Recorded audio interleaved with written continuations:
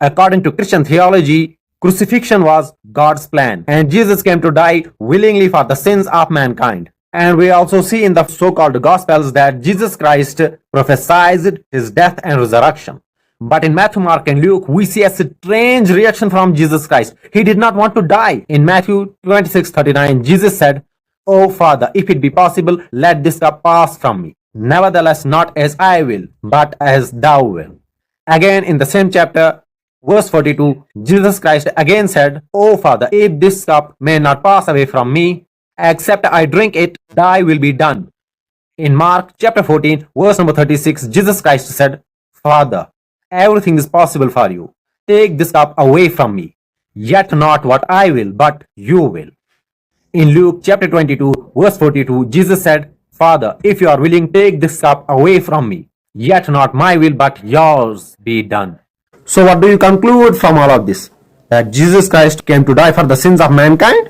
The conclusion is Jesus Christ didn't want to die, and God the Father want to kill him for the sins of mankind. This is his son. According to Christian faith, Jesus is the son of God, and son didn't want to die, but father want to kill his son for the sins of mankind. Wow, this is the Christian theology. Jesus Christ didn't want to die, but God Almighty want to kill him for the sins he never commit. The Christian apologists, Christian YouTubers, Christian missionaries tells us, they teach us that God the Father and Jesus Christ, they have an agreement for the same mission. God Almighty sent down his son for the sacrificial atonement for the sins of mankind. They tell us that Jesus Christ came to die willingly for the sins of mankind. And here what the New Testament says, he didn't want to die. Matthew, Mark, and Luke tells us that Jesus Christ didn't want to die, but Father want to kill him.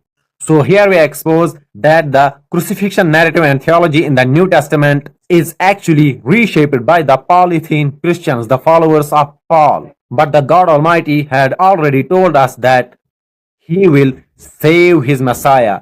As the Psalms chapter 20 verse number 6 clearly states that the Lord saved his Messiah.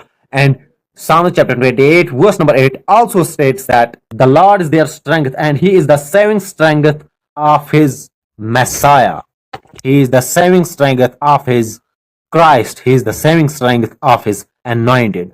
So these verses clearly states that the Messiah, the Christ, the anointed one was saved by God Almighty.